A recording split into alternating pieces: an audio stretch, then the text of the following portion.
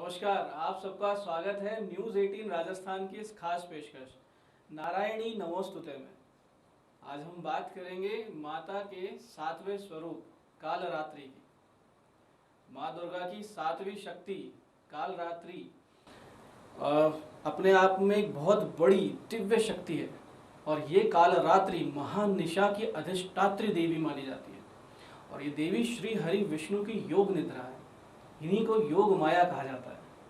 इस त्रिगुणात्मक प्रकृति का गूढ़तम भाग तमोगुण इन्हीं के अधिकार क्षेत्र में है।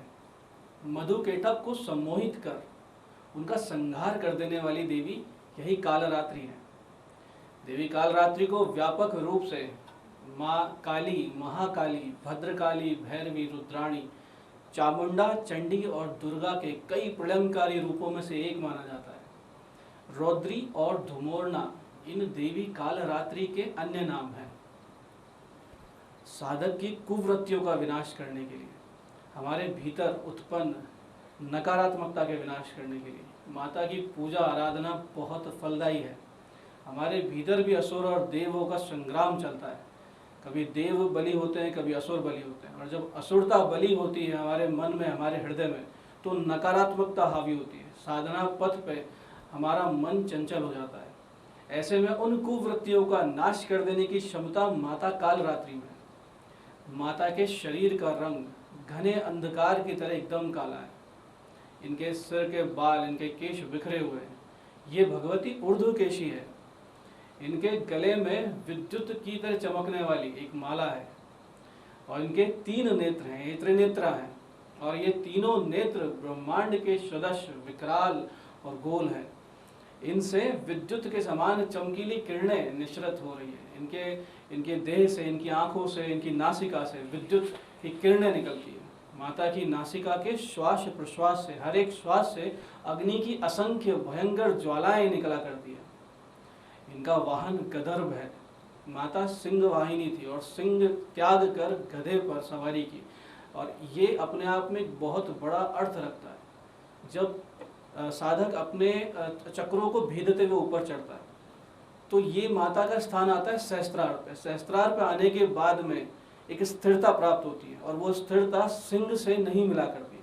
उसके लिए एक शांत पशु की आवश्यकता है। और गधा इसी प्रकार का, गदर्भ इसी प्रकार का पशु है।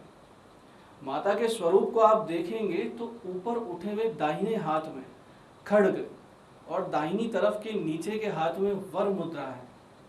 बाईं तरफ के ऊपर के हाथ में, माता के हाथों में जलती हुई मशाल है। कहीं कहीं कंटक भी कहा गया है, यानी कांटे से युक्त तो एक हथियार भी कहा गया है। लेकिन जलती हुई मशालें हैं और नीचे के हाथ में, नीचे के बाएं हाथ में अभय मुद्रा है। ये भगवती का विशेष स्वरूप अज्ञान रूपी तमोगुणी अंधकार को विदीर्ण कर देने वाला और अपने भक्तों को ज्ञान के प्रकाश की ओर ले जाने वाला है। माँ भगवती महामारियों और प्राकृतिक प्रकोपों का जब कोई समाधान ना निकले तो भगवती की उपासना, कालरात्रि स्वरूप की उपासना सामूहिक रूप से करनी चाहिए, ऐसा आदेश शास्त्रों में कहा है। दर्शकों, अभी कोरोना नाम की महामारी ने पूरे संसार को परेशान कर रखा है। ऐसे में अगर हम जो माता भगवती के 9 रूपों का आराधना, पूजन, साधना करते हैं, अगर कालरात्रि पूजन में इस दिन अपनी पूजा का 1% अंश इस महामारी के विनाश के लिए दें, संकल्प लेके करें, तो निश्चित रूप से माँ कालरात्रि कृपा हमें मिलेगी, संसार को मिलेगी, इस राष्ट्र को मिलेगी और इस महामारी का अंत शुरू हो जाएगा।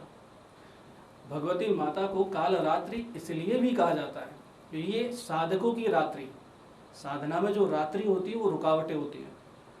आलस्य अपने आप में बहुत बड़ी रात्रि है। जब साधक के अंदर आलस्य होता है या काम को टाल देने की आदत होती है तो उसकी साधना में रुकावटें निश्चित रूप से आती है।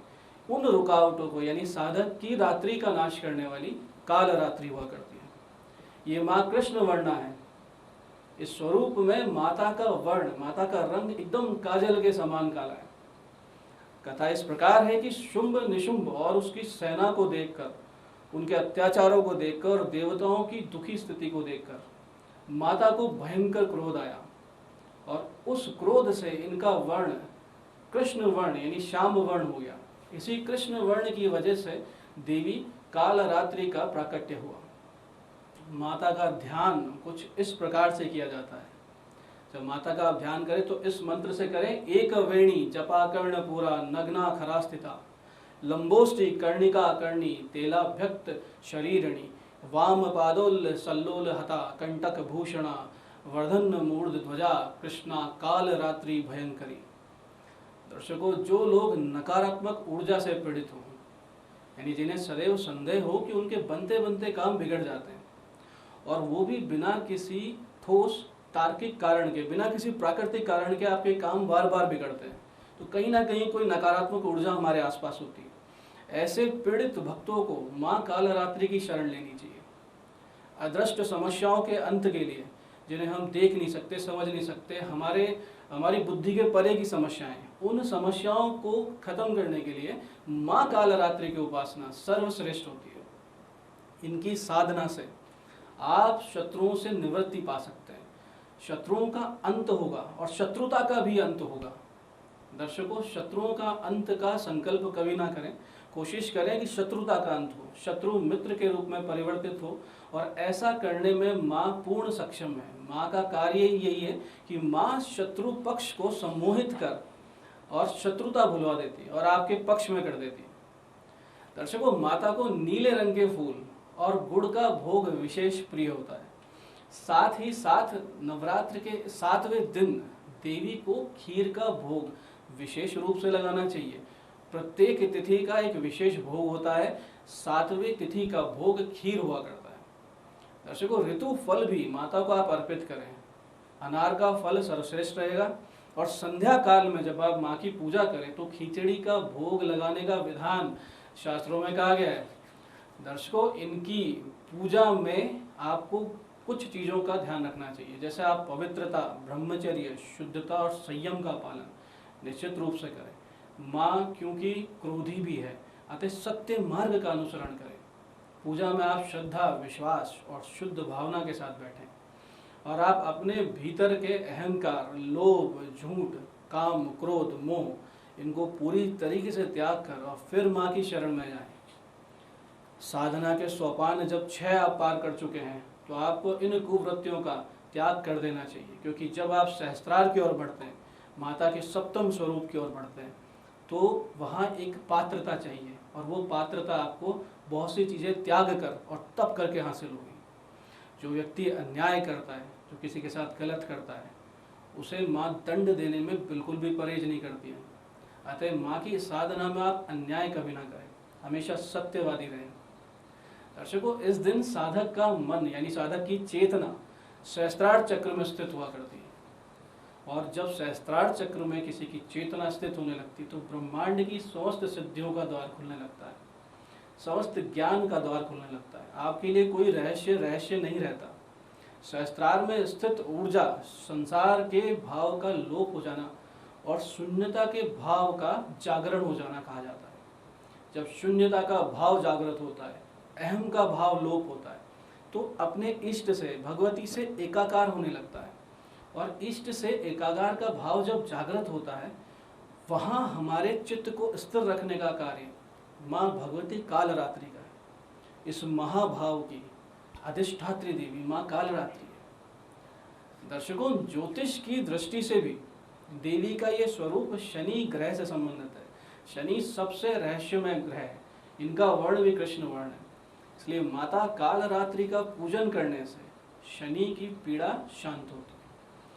शनि की 7.5 चल रही हो, ढैया चल रहा हो, या किसी प्रकार की शनि की विपरीत दशा चल रही हो, या आपकी जन्म पत्रिका में शनि पीड़ित हो, पाप प्रभाव में हो, दूषित हो, राहु या केतु के साथ हो, या सुप्त हो, तो आप माँ भगवती कालरात्रि की शरण अवश्य आएं।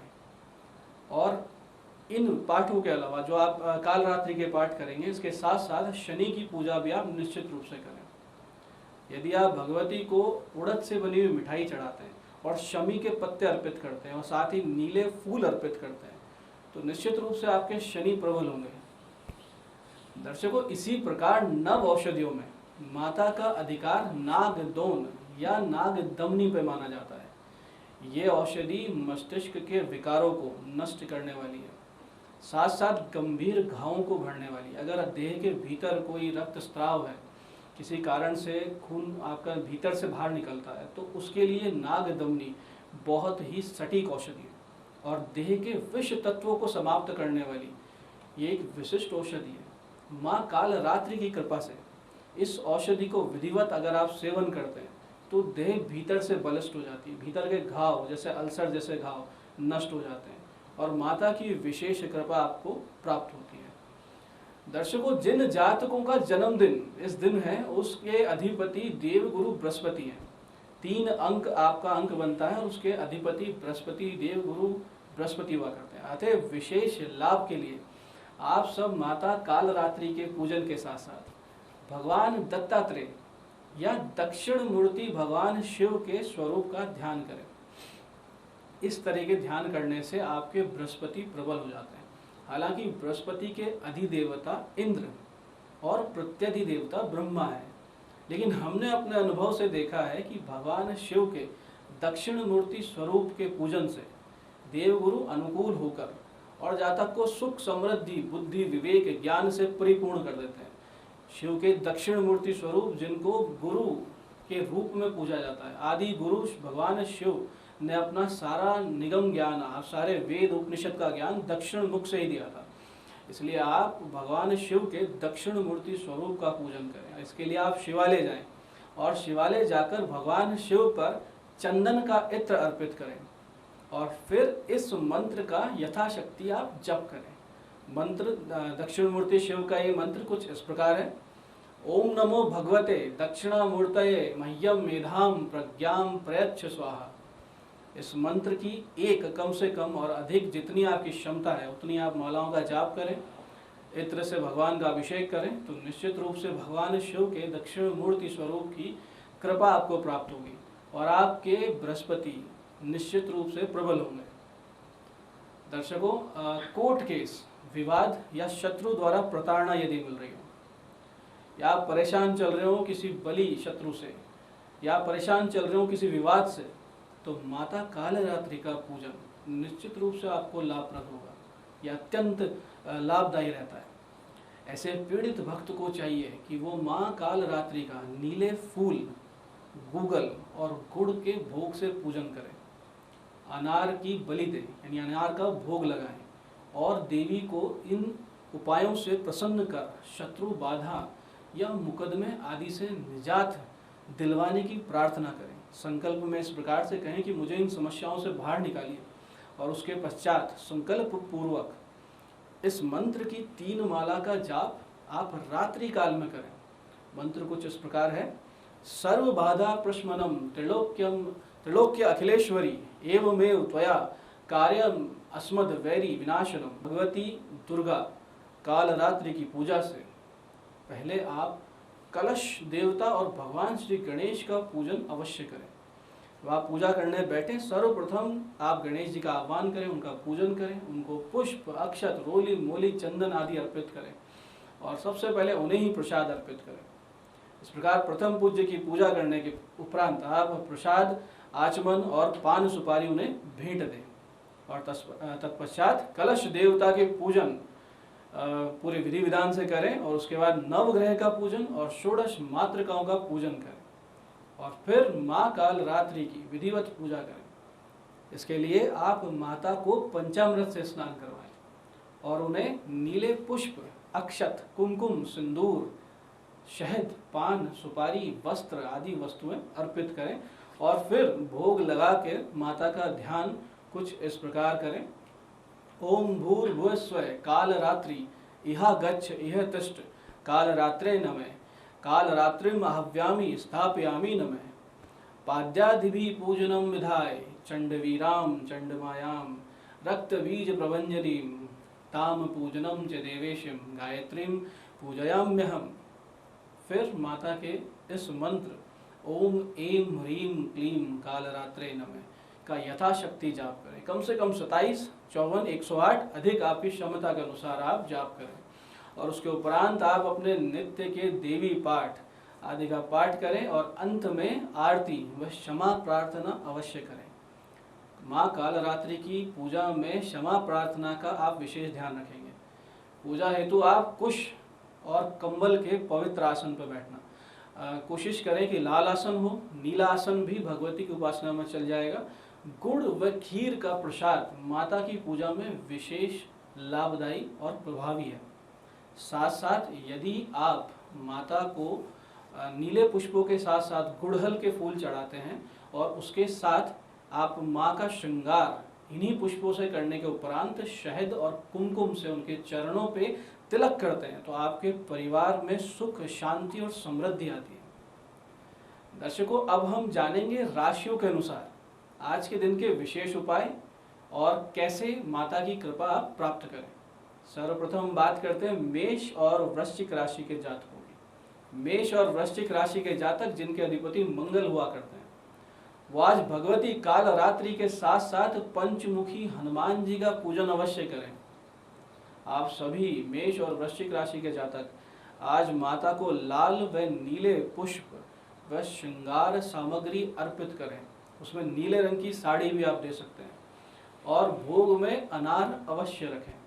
और उस पूजन के उपरांत जब आप भगवती की पूजा कर चुके हो तो घर से निकले तो गौ माता अथवा नंदी को मूंगफली का तेल व गुड़ मिला हुआ दलिया अवश्य खिलाएं।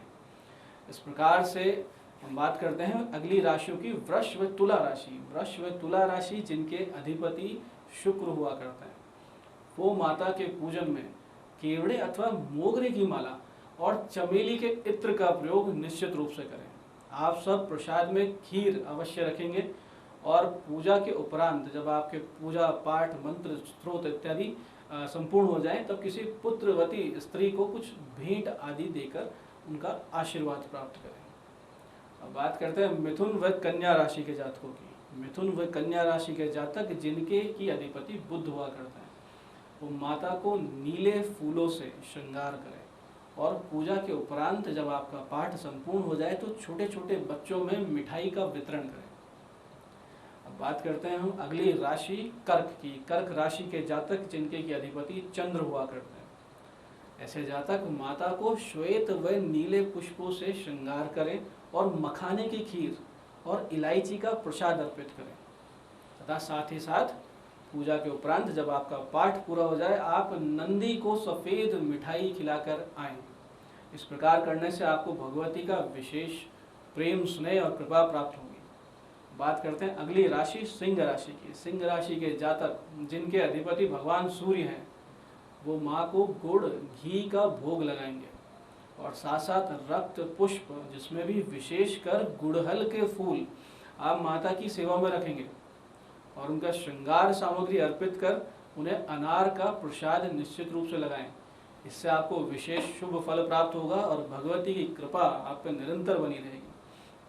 आप सब पूजन के उपरांत सिंह राशि के जातक गौ माता को रात्रि में भिगोए हुए गुड़ उसमें खांड मिला के खिला के आएँ। इससे आपको भगवती की विशेष कृपा प्राप्त होगी। इसके साथ आगे बात करते हैं धनु व मीन राशि के जातकों की। धनु व मीन राशि के जातक जिनके की अधिपति देवगुरु बृहस्पति हुआ करते हैं, ऐसे जातक माता की पूजा में गेंदे के पुष्प और बेल्व पत्र अवश्य रखें। माता की पूजा के उपरांत आप सब शिवालय जाकर भगवान शिव का शहद से अभिषेक और चंदन से तिलक अवश्य करके आएँ। ऐसा करने से आपको बृहस्पति की भी कृपा प्राप्त होगी और माँ की अनन्य भक्ति आपके जीवन का एक अंग बनेगी। और आज के दिन आप यदि गौ माता को केले अर्पित करते हैं तो आप पर भगवती की विशेष कृपा बनी रहेगी। दर्शकों, आगे अब बात करते हैं मकर व कुंभ राशि के जातकों की, जिनके स्वामी शनि हुआ करते हैं। शनि का संबंध आपको हमने बताया है कि माँ कालरात्रि से विशेष है, तो आप सब माता की विशेष पूजा करें, उसमें पान अर्पित करें और उस पान पे 2 लौंग और 1 जायफल रख के माता को अर्पित करें। साथ साथ आप अनार का भोग अवश्य लगाएंगे और पूजा के उपरांत जब भगवती की पूजा संपूर्ण कर लें तो आप भैरव जी के मंदिर जाएं और उड़द से बनी मिठाई वहाँ चढ़ाकर किसी छोटे बालक को अवश्य दें। ऐसा करने से भगवान भैरव, शनि और माता कालरात्रि की आपको विशेष कृपा मिलेगी। दर्शकों, अंत में एक विशेष बात, किसी भी पूजा, जप, तप, स्तोत्र, मंत्र जाप के अंत में आप क्षमा याचना अवश्य करें। और विशेषकर जब आप माँ कालरात्रि की पूजा कर रहे हैं तो आपको सावधानी रखना बहुत जरूरी है। इसके लिए आप कहें ओम यदक्षरम परिभ्रष्टम मात्राहीनम च यद भवेत क्षम्यताम देवी प्रसीद परमेश्वरी। इस प्रकार आप उच्चारण कर माता के सामने दंडवत प्रणाम करें, उनसे क्षमा प्रार्थना करें और अपनी त्रुटियों के लिए माफ़ी मांगे, क्योंकि त्रुटियां होना अवश्यंभावी है। मनुष्य हैं, मनुष्य त्रुटि अवश्य करते हैं। इस प्रकार विधि विधान से आप सब जगदम्बा के इस परम शक्ति संपन्न स्वरूप कालरात्रि का पूजन करें और जगत जननी माँ कालरात्रि आप सबको अनन्य प्रेम से परिपूर्ण कर दे, आपकी अमोघ रक्षा करें, आपको साधना के पथ पे पूर्णता प्रदान करें और आपके जीवन को शिव तत्व से भर दे। इस मंगल कामना के साथ आज के इस शुभ विषय पर इतना ही। जय जगदम्बे।